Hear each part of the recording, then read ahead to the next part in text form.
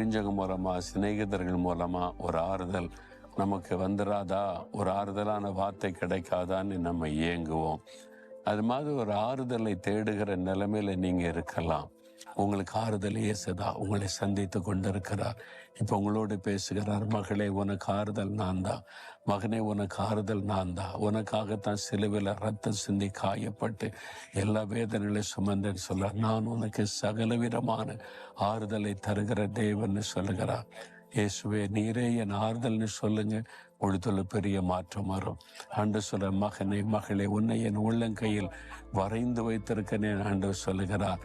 அதுதான் ஆறுதலான ஒரு வார்த்தை. சொல்லுங்க, இயேசுவே, எனக்கு வரக்கூடிய சகல உபத்திரவத்தில் நீர் தான் என்னுடைய ஆறுதல்.